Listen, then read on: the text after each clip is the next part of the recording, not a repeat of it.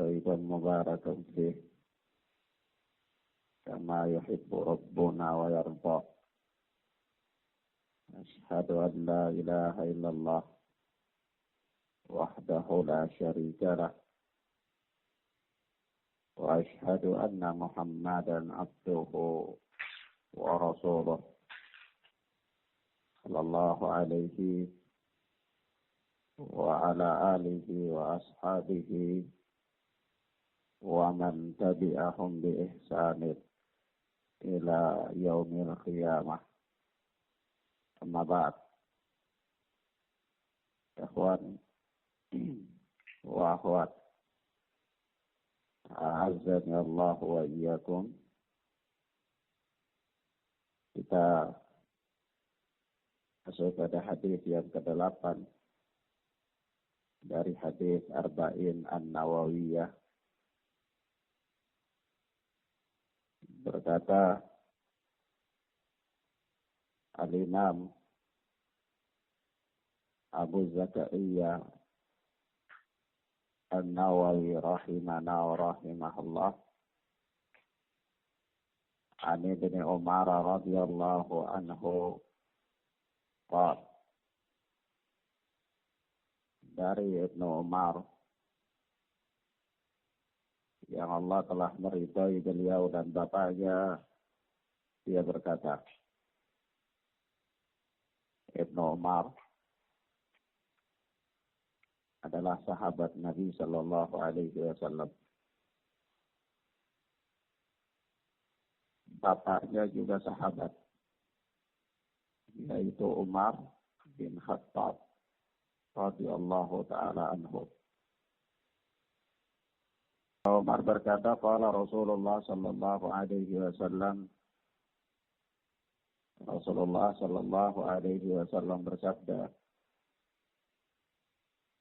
umirtu an uqatila an-nasa hatta yashhadu an la ilaha illallah wa anna Muhammadan Rasulullah. Aku diperintahkan untuk memerangi manusia sampai mereka bersaksi bahwa tidak ada sesembahan yang berhak disembah kecuali Allah, dan Muhammad sallallahu alaihi wasallam adalah utusan Allah. Wa yuqimus sholata wa yu'tuz zakah, dan mereka melaksanakan salat dan membayar zakat. Idza fa'alu dzalika 'asamu minni dima'ahum wa amwalahum illa bihaqqil Islam. Maka apabila mereka melakukan hal itu, yakni mereka bersaksi dengan 2 kalimat syahadat, kemudian mereka melaksanakan salat, dan mereka juga membayar zakat, maka asamu minni dima'ahum wa amwalahum illa bihaqqil Islam. Maka terpeliharalah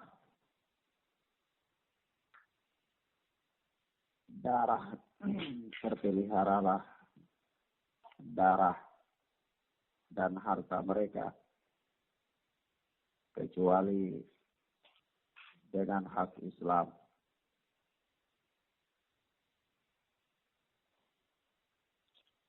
Dengan kata lain, maka terlindungilah darah dan harta mereka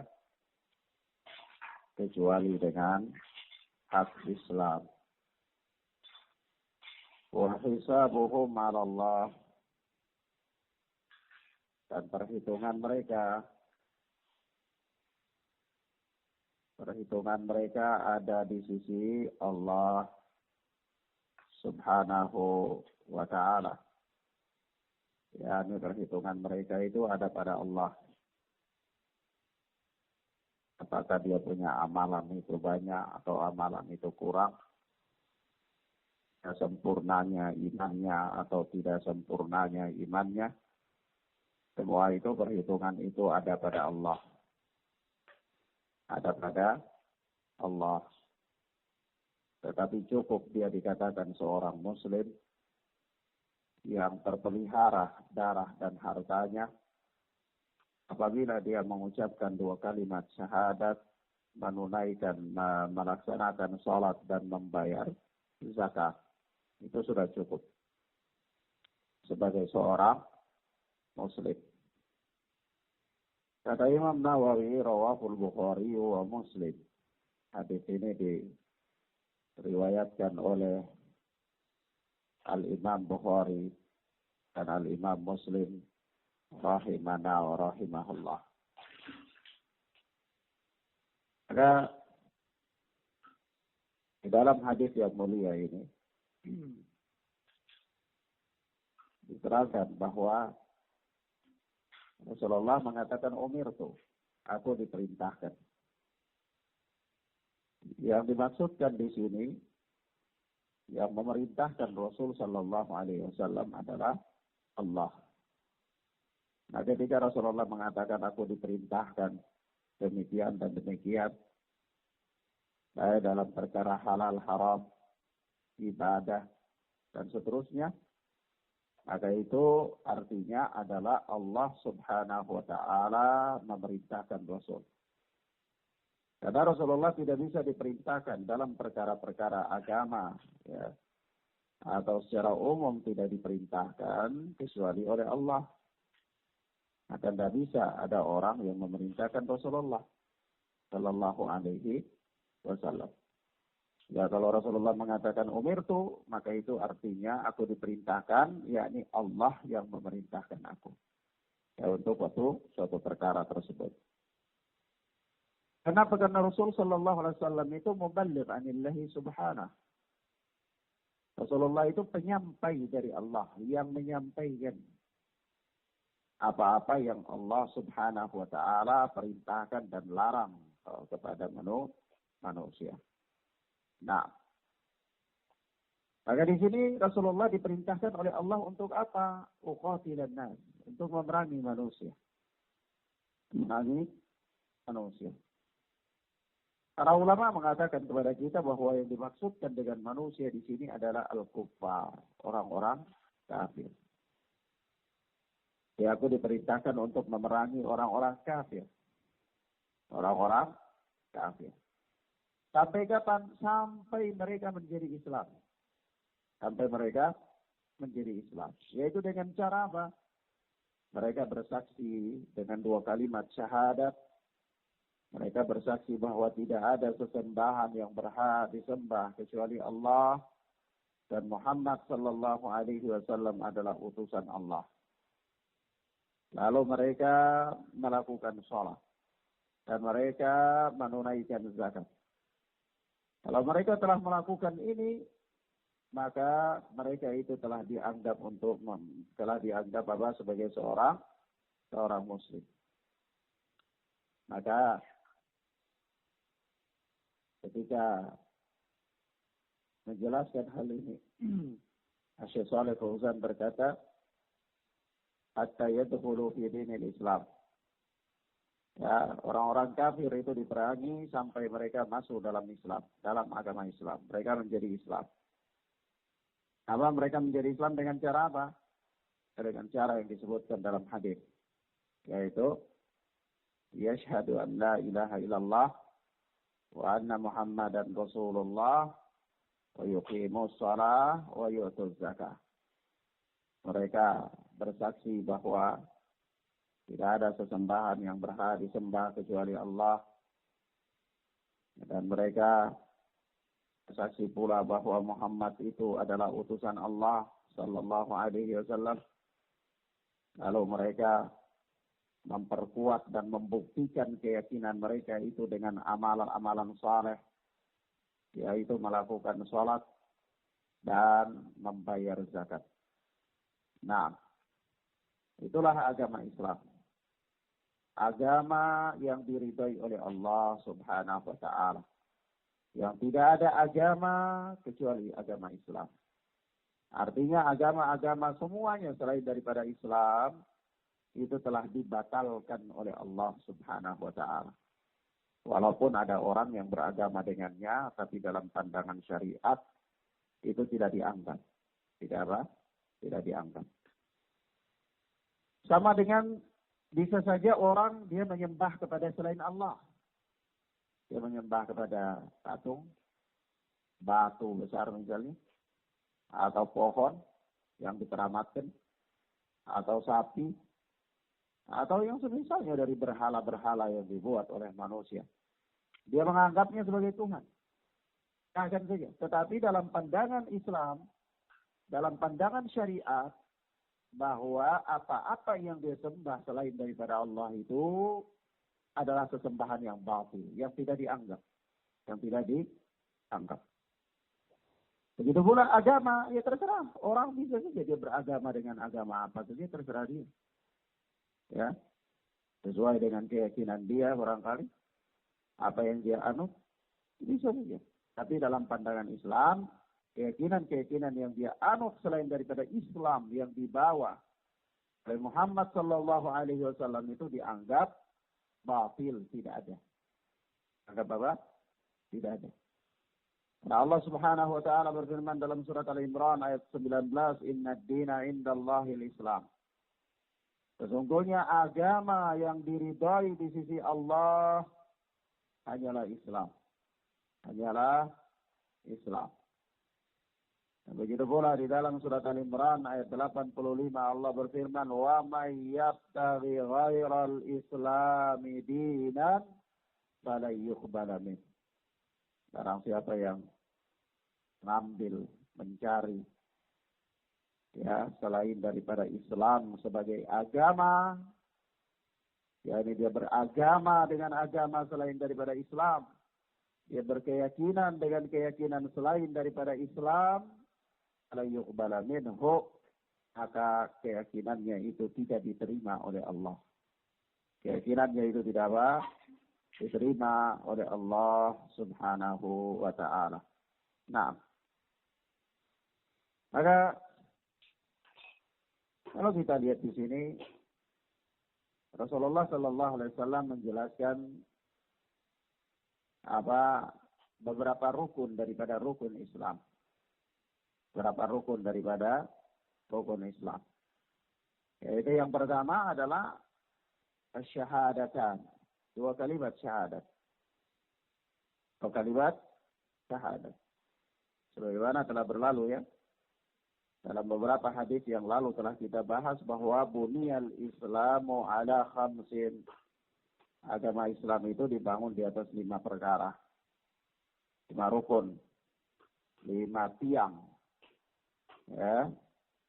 Di sini Rasulullah menyebutkan sebagiannya. Yaitu yang pertama apa? Asyhadatan. 2 kalimat syahadat. Kalimat syahadat. Naam. Yaitu apa? 2 kalimat syahadat ini menafikan seluruh kesyirikan dan mengikhlaskan ibadah hanya kepada Allah. Menafikan seluruh kesyirikan dan mengikhlaskan ibadah hanya kepada Allah. Yaitu apa? Tersebut di dalam kalimat La ilaha illallah. Nah, yang pertama. Yang kedua adalah menafikan seluruh bid'ah. Seluruh perkara bid'ah dan yang diada-adakan oleh manusia di dalam agama. Menafikan seluruh perkara bid'ah dan yang diada-adakan oleh manusia dalam perkara agama. Dan menetapkan amalan dengan sunnah Nabi Sallallahu Alaihi Wasallam, yaitu menetapkan amalan berdasarkan sunnah Nabi Sallallahu Alaihi Wasallam. Nah, ini 2 rukun. Dua apa? Rukun. Yaitu syahadat la ilaha illallah dan Muhammad Rasulullah. Kalau umum pengertiannya syahadat la ilaha illallah itu menafikan, meniadakan, mengingkari semua bentuk kesyirikan dan mengikhlaskan ibadah hanya kepada Allah. Begitu pula makna daripada syahadat Muhammad Rasulullah sallallahu alaihi wasallam adalah mengingkari, meniadakan, menafikan seluruh bentuk bid'ah dan ibadah-ibadah atau amalan-amalan yang diada-adakan oleh manusia. Serta menetapkan kewajiban beramal berdasarkan sunnah Nabi sallallahu alaihi wasallam. Jadi kalau ada orang dia beramal selain daripada sunnah, tidak teranggap. Dia dianggap tidak sempurna dalam merealisasikan kalimat syahadat Muhammad Rasulullah. Kenapa? Karena konsekuensi daripada syahadat Muhammad Rasulullah itu adalah harus beribadah berdasarkan petunjuk atau sunnah Nabi sallallahu alaihi wasallam. Nah, dan mengingkari, meniadakan, menafikan seluruh bentuk bid'ah dan amalan-amalan atau ibadah-ibadah yang diada-adakan oleh manusia. Nah, kalau seandainya manusia dapat merealisasikan dua kandungan daripada kalimat syahadat ini, yaitu maka dengan itu dia dikatakan sebagai seorang muslim. Dia dikatakan sebagai seorang apa? Muslim. Kalau ada orang kafir, dia merealisasikan dua kalimat ini dalam kehidupannya, maka dia dianggap muslim. Dia dianggap apa? Muslim. Itu ketika dia mengucapkan dua kalimat syahadat, kemudian dia merealisasikan dua kalimat syahadat itu kandungannya dalam kehidupan dia, maka dia dianggap muslim. Kalau sudah dia dianggap muslim, maka berlaku kepadanya hukum-hukum syariat. Yaitu apa? Terpelihara darahnya, terpelihara hartanya, ya tidak boleh diambil. Tidak boleh dirampas, tidak boleh diperangi, ya dan seterusnya. Nah, kata dia muslim. Kemudian apa yang berikut? Yaitu wa yuqimus shalah. Dan mereka melaksanakan salat. Melaksanakan salat. Nah, maka sebab itu para ulama mengatakan kepada kita bahwa salat itu adalah merupakan bentuk daripada kandungan syahadatain. Kandungan daripada dua kalimat syahadat.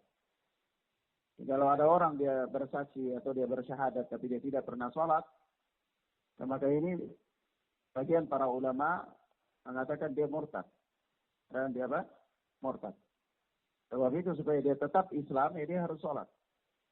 Kalau dia bersaksi dengan dua kalimat syahadat, maka dia menjaga keislamannya itu dengan dia harus sholat. Itu adalah rukun yang kedua. Rukun yang kedua. Dan Allah Subhanahu wa taala menerangkan kepada kita tentang salat ya. Di dalam surat Al-Ankabut ayat 45 Allah berfirman, "Innas salata tanha 'anil fahsya'i wal munkar." Sesungguhnya salat itu mencegah dari perbuatan keji dan perbuatan mungkar. Mencegah dari perbuatan keji dan perbuatan mungkar. Nah, sebab itu para ulama mengatakan kepada kita, para ulama berkata atau menjelaskan kepada kita bahwa salat itu adalah jami'atun likulli khairin. Wa hiya ra'sul ibadatil badaniyah. Wa hiya al-fariqati bainal muslim wal kafir. Salat itu adalah jami'atun likulli khair. Dia mengumpulkan semua kebaikan. Kalau orang dia perhatikan sholatnya dengan baik, dia menjaga sholatnya, memeliharanya, maka orang ini terkumpul padanya kebaikan-kebaikan. Ya, kalau dia pandai menjaga waktu sholat, maka ini berarti bukan hanya tentang sholat, tapi dia punya kebaikan yang lain, yaitu dia pandai untuk menjaga waktu. Dia memanage waktunya. Dia pintar memanage waktunya.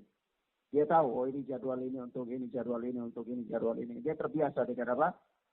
Berlatih untuk tepati waktu ketika waktu-waktu sholat itu tiba. Dan dia disiplin. Dia disiplin. Kebaikan-kebaikan yang lainnya akan ada pada dirinya. Kenapa? Karena sholat itu mencegah dari perbuatan keji dan mungkar. Nah, kalau dia sholat, orang yang sholat dia tahu. Begitu dia diajak untuk misalnya minum khamar misalnya. Oh, dia tahu kalau minum khamar berarti sholatnya itu tidak diterima selama 40 hari. Jadi aduh jangan. Sholat tidak diterima selama 40 hari. Dengan syarat dia harus lakukan sholat terus-menerus selama 40 hari. Sampai 40 hari yang ke-41-nya baru sholatnya diterima. Jadi kalau 40 hari ke bawah, mulai dari 1 sampai 40 itu sholatnya tidak diterima. Kalau ditanyakan, kenapa sholatnya tidak diterima tetapi dia sholat terus? Ya dia sholat untuk menggugurkan kewajibannya. Karena kalau dia tidak sholat, maka dia berdosa juga di situ. Karena dia tidak menggugurkan kewajibannya. Maka dia wajib sholat. Kenapa dia wajib sholat tapi tidak diterima? Ya karena untuk menggugurkan kewajibannya. Ya. Nah ini hukuman. Oh kalau dia tahu begitu, dia diajak misalnya untuk minum khamar, dia tak mau. Akhirnya percuma saja nanti kalau saya sholat tidak diterima. Nanti bagaimana dengan sholat saya dan seterusnya. Maka dia tercegah dari melakukan perbuatan keji tersebut. Dan seterusnya kalau orang dia sholat, dengan pakaian sholat. Dia setiap hari menggunakan pakaian sholat. Orang ngajak dia ke tempat yang untuk melakukan perbuatan-perbuatan keji, ya dia malu. Misalnya orang ajak dia untuk main-main di karaoke, datang ke sana pakai apa? Pakai jubah, pakai sorban, jadi aneh. Akhirnya malu sendiri dia. Tidak jadi. Itu apa? Karena memang ibadah itulah yang mencegah dia daripada melakukan perbuatan keji dan mungkar itu. Ya. Nah, begitu dan seterusnya. Kemudian apa? Salat itu ra'sul ibadatil badaniyah. Salat itu puncaknya ibadah badaniyah. Pemimpinnya ibadah badaniyah. Yani apa? Komandannya ibadah badaniyah. Ibadah badaniyah itu ibadah yang dilakukan dengan badan, praktek tubuh. Kalau misalnya niat itu kan amalan hati. Ya. Benci itu amalan hati. Ujub itu amalan hati, ria itu amalan hati. Tapi amalan badan itu apa? Amalan badan itu seperti apa? Sholat. Karena dia ruku, dia sujud, dia berdiri, itu amalan badan. Ya. Itu amalan apa? Amalan badan. Jadi seluruh amalan-amalan yang dilakukan, ibadah-ibadah yang dilakukan dengan badan, dengan jasad, itu puncaknya adalah sholat. Puncaknya adalah sholat. Orang jihad itu amalan badannya apa bukan? Amalan badannya. Ya. Kemudian apa? Apa namanya? Yang lain daripada itulah. Nah, jadi itu semua amalan-amalan yang dilakukan dengan badan, anggota tubuh, itu puncaknya adalah sholat. Orang dia bisa hebat dalam berjihad. Bisa ikuti peperangan demi peperangan dia ikut. Semua pertempuran dia hadir misalnya. Ya. Dan dia seorang patriot. Dia punya jiwa patriotisme yang tinggi. Ya. Dia pendekar di dalam medan perang. Ya. Tetapi orang itu tidak sholat. Maka sia-sialah amalan jihadnya. Sia-sialah amalan apa? Jihadnya. Dia puasa. Rajin puasa. Tapi tidak sholat. Maka sia-sialah amalan puasanya. Kenapa? Nah, salat adalah merupakan ra'sul ibadatil badaniyah. Merupakan puncak ibadah badaniyah. Nah, kemudian wahiyal fariqatu bainal muslim wal kafir. Salat itu adalah pembeda antara seorang muslim dan seorang kafir. Salat itu pembeda antara seorang muslim dan seorang kafir. Bagaimana Rasulullah sallallahu alaihi wasallam bersabda, "Bainal abdi wa bainal kufri wa syirki tarkus shalah." Pembeda antara seorang hamba dengan kekufuran dan kesyirikan ya adalah tarkus shalah, adalah dengan meninggalkan salat. Kalau dia dan meninggalkan sholat, maka beda dia dengan yang lain. Tapi kalau dia meninggalkan sholat, sama saja. Orang kafir tidak sholat, dia tidak sholat, sama. Tidak ada bedanya. Tapi kalau dia sholat, maka inilah yang membedakan dia dari orang kafir. Ya, jadi sholat itu membedakan seorang muslim dari seorang kafir.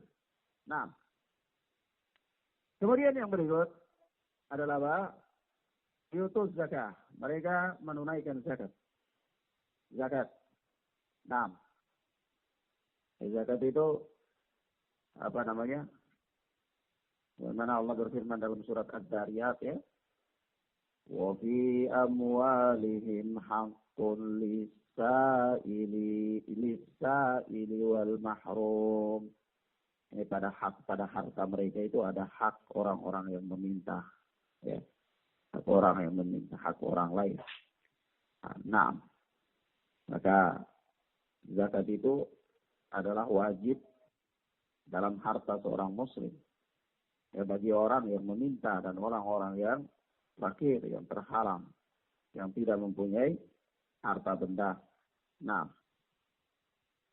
zakat itu dia adalah merupakan kewajiban. Kewajiban bagi setiap muslim yang hartanya telah mencukupi nisab dan haul. Bahkan Abu Bakar As-Siddiq pernah memerangi orang-orang yang murtad ya di zaman beliau. Yaitu begitu Rasulullah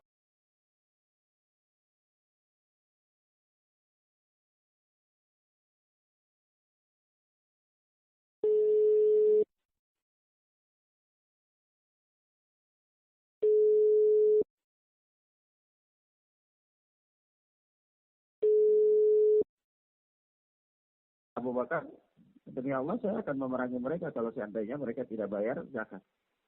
Ya, kenapa? Karena zakat itu adalah hak Islam. Hak Islam. Padahal Rasulullah mengatakan apa? Asamu minni dima'ahum wa amwalahum illa bihaqqil Islam. Terpeliharalah darah mereka dan harta mereka kecuali dengan hak Islam. Nah, sementara zakat itu hak Islam. Kalau dia tidak menunaikannya berarti terlepaslah dia dari terpeliharanya darah dan harta. Maka mereka diperangi oleh Abu Bakar As-Siddiq radhiyallahu taala anhu. Ya. Nah, maka orang-orang yang mengingkari kewajiban zakat itu dia murtad. Dia apa? Murtad. Nah, dia dihukumi sebagai orang murtad. Berlaku kepadanya hukum-hukum riddah. Hukum-hukum orang yang murtad. Nah, kemudian khonafidina azanallahu wa iyyakum. Di dalam hadis yang mulia ini ada ya faedah penting ya. Beberapa faedah penting. Yaitu yang pertama bahwa Islam itu datang dengan suatu prinsip yang agung, yaitu memelihara darah dan harta orang-orang yang beriman. Memelihara darah dan harta orang-orang yang beriman. Nah, yaitu apa? Umirtu an uqatila an-nasa hatta yashhadu an la ilaha illallah wa anna Muhammadan Rasulullah wa yuqimus shalah wa yutuz zakah. In fa'alu dzalika asamu minni dima'ahum wa amwalahum. Kalau mereka melakukan yang demikian, fa idza fa'alu dzalik asamu minni dima'ahum wa amwalahum illa bihaqqil Islam. Kalau mereka melakukan yang demikian itu maka terpeliharalah dariku, yakni mereka tidak diperangi, ya, sehingga darah mereka terlindungi, harta mereka terlindungi kecuali dengan hak Islam, yaitu kecuali dia melakukan hal-hal yang membatalkan keislamannya, yang membatalkan apa?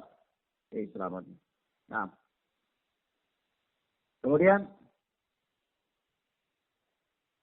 faedah yang berikut bahwa diperintahkan berperang untuk atau berperang demi tercapainya atau terciptanya dua kalimat syahadat, salat dan zakat. Orang berperang, orang yang dikatakan berperang itu di jalan Allah adalah orang yang berperang untuk apa? Untuk terciptanya dua kalimat syahadat, salat dan zakat. Jadi bukanlah berperang di jalan Allah kalau dia semata-mata berperang itu karena cinta tanah air saja. Itu berarti dia berperang untuk tanah air. Ya. Dia berperang atau oranglah bukanlah dinamakan dia itu berperang di jalan Allah. Kalau sekiranya dia berperang itu hanya untuk dikatakan seorang pendekar. Ya.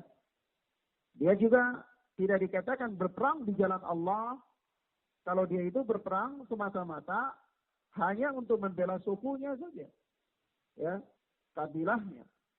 Dia juga tidak dikatakan berperang di jalan Allah kalau semata-mata dia berperang itu untuk membalas dendam. Untuk membalas dendam. Maka semua itu walaupun dia hadir dalam medan perang, atau mungkin dia terbunuh dalam medan perang, maka dia tidak dapat dikatakan berperang di jalan Allah. Kenapa? Karena orang yang berperang di jalan Allah itu adalah orang yang berperang semata-mata agar terciptanya dua kalimat syahadat, sholat, dan zakat. Jadi dia berperang supaya orang jadi Islam. Atau dia berperang untuk meninggikan kalimat Allah, untuk meninggikan Islam. Dan agar orang beribadah kepada Allah sesuai dengan agama syariat yang dibawa oleh Muhammad sallallahu alaihi wasallam. Nah, itulah berperang di jalan Allah. Kalau berperang untuk membela tanah air, ya, berperang untuk hak wilayah, berperang untuk hak-hak politik, ya, maka itu semua tidak dikatakan dia berperang di jalan Allah. Ya, tidak dikatakan dia berperang di jalan Allah. Nah, tapi kalau dikatakan apakah mungkin orang yang demikian dia mendapatkan pahala syahid? Ya kalau orang berjuang untuk membela hartanya, ya mungkin saja dia mendapatkan pahala syahid. Karena Rasulullah mengatakan, man qutila duna malihi fahuwa syahid. Ya, barang siapa yang berperang untuk terbunuh karena membela hartanya, maka dia syahid. Nah, ini sama seperti isu-isu yang terjadi di Timur Tengah sekarang ini ya. Jangan terprovokasi. Ada orang perang, dua kubu perang. Islam lawan Nasara atau Islam lawan kufar, orang-orang kafir. Lalu kita katakan, oh dia berperang di jalan Allah. Ya, belum tentu. Barangkali mereka berperang untuk hak-hak politik, mereka berperang untuk kapal batas, atau mereka berperang untuk urusan-urusan yang lain. Ya, karena kita katakan definisinya orang berperang di jalan Allah itu adalah orang yang berperang untuk meninggikan kalimat Allah dan agar syariat Allah diterapkan di muka bumi. Itu sholat, puasa, zakat. Dalam hadis ini adalah sholat dan zakat. Nah, kemudian berikutnya seseorang dikatakan, faedah dari hadis yang mulia ini bahwa seseorang dikatakan Islam ya secara zahir adalah dengan apabila dia mengucapkan dua kalimat syahadat dengan dia melakukan sholat secara zahir dan membayar zakat jika sudah sampai pada batas bahwa dia itu orang yang wajib untuk bayar zakat. Nah, kalau orang muslim dia menolak bayar zakat, ya maka dia dipaksa untuk diambil secara paksa oleh penguasa. Tapi kalau dia menolak kewajiban zakat, maka dia murtad. Penguasa wajib untuk memerangi dia. Ya.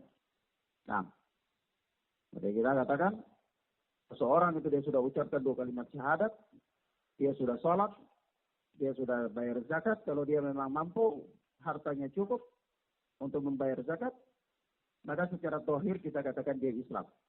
Dia apa? Islam. Nanti ada orang bilang, wah dia itu masuk Islam cuma bohong saja Ustaz itu orang. Dia punya maksud ini dan itu. Kita katakan itu urusan hati, kita tidak tahu. Ya, kita tidak tahu. Kita tidak pernah masuk dalam hatinya, tahu bagaimana hatinya, tidak tahu. Yang kita hukumi adalah apa? Zahirnya saja. Yang kita hukumnya adalah zahirnya. Kalau seorang dia telah menampakkan keislamannya, maka hal itu diterima. Itu diterima. Adapun hakikatnya kita serahkan kepada Allah. Maka dalam hadis ini Rasulullah mengatakan hisabuhum 'ala Allah. Perhitungannya ada pada Allah. Yani hakikatnya itu ada pada Allah. Ya, kita bukan hakim untuk menilai hakikat seseorang. Ya, yang kita jadikan patokan itu yang zahir saja, yang zahir. Nah, ini kadang-kadang ada orang itu masuk terlalu jauh ya di sini ya. Sampai dia masuk dalam hal-hal yang memang ya, bahasannya itu hakikat. Ya, begitu dia lihat orang itu orang tidak benar, dia punya maksud ini dan itu. Ya, jadi dia mencari sesuatu di balik yang nampak. Mencari sesuatu di balik yang nampak. Lebih parah lagi, kalau kemudian dia langsung vonis, Anda ikhlas. Emang ikhlas itu kamu bisa lihat. Emang kau bisa koreksi ikhlas, ada neraca ikhlas, ada timbangan ikhlas yang kau bisa ambil kemudian timbang di dagingnya, ya, di neracanya. Repot. Berbicara tentang perkara yang dia nggak tahu, kemudian dia vonis begitu. Ya, nggak boleh. Nggak bisa mengatakan orang ini ikhlas dan nggak ikhlas, itu perkara batin. Kemudian ini benar dan nggak benar, itu perkara batin. Ya, yang ada itu adalah perkara zahir. Yang diterima, wajib diterima itu perkara zahir. Bayangkan perkara besar sebesar ini saja Rasulullah itu menerima zahirnya saja. Kata Rasulullah, umirtu an uqatila an-nas hatta yashhadu an la ilaha illallah wa anna Muhammadan Rasulullah wa yuqimus shalah wa yutuz zakah fa in fa'alu dzalik asamu minni dima'ahum wa amwaluhum illa bihaqqil Islam wa hisabuhum 'ala Allah. Hakikatnya kembalikan kepada Allah. Zahirnya diterima. Kalau sudah ada zahir, maka konsekuensi dari zahir itu apa? Konsekuensi dari zahir yang ada pada mereka yaitu terpelihara darah dan harta mereka. Ya, kecuali dia melakukan hal-hal yang zahir lagi yang membatalkan, yaitu apa? Bihaqqil Islam. Dia melakukan hal-hal yang membuat dia itu murtad secara zahir. Seandainya tidak ada, ya sudah. Zahir itu diterima, konsekuensi zahirnya ada. Lalu bagaimana dengan hakikatnya? Hisabuhum 'ala Allah. Ya, perhitungannya itu di sisi Allah Subhanahu wa ta'ala. Nah. Kemudian yang berikutnya, faedah yang berikut dari hadis yang mulia ini menjelaskan kepada kita tentang agungnya salat dan zakat. Agungnya apa? Salat dan zakat. Nah, kenapa? Karena salat itu adalah hak badan, sementara zakat itu adalah hak harta. Ya, salat itu adalah hak badan, sementara zakat itu adalah hak harta. Hanya di situ dikatakan bahwa salat itu adalah apa? Ra'sul ibadatil badaniyah. Ya, karena dia apa? Dia merupakan hak badan. Nah, baik, ilahuna ikhwana fiddin azanallahu wa iyyakum. Kita cukupkan pelajaran kita sampai di sini insyaallah taala. Wassallallahu ala nabiyyina Muhammad wa ala alihi wa sahbihi wasallam. Subhanakallahumma wa bihamdika asyhadu an la ilaha illa anta astaghfiruka wa atubu ilaik. Assalamualaikum warahmatullahi wabarakatuh.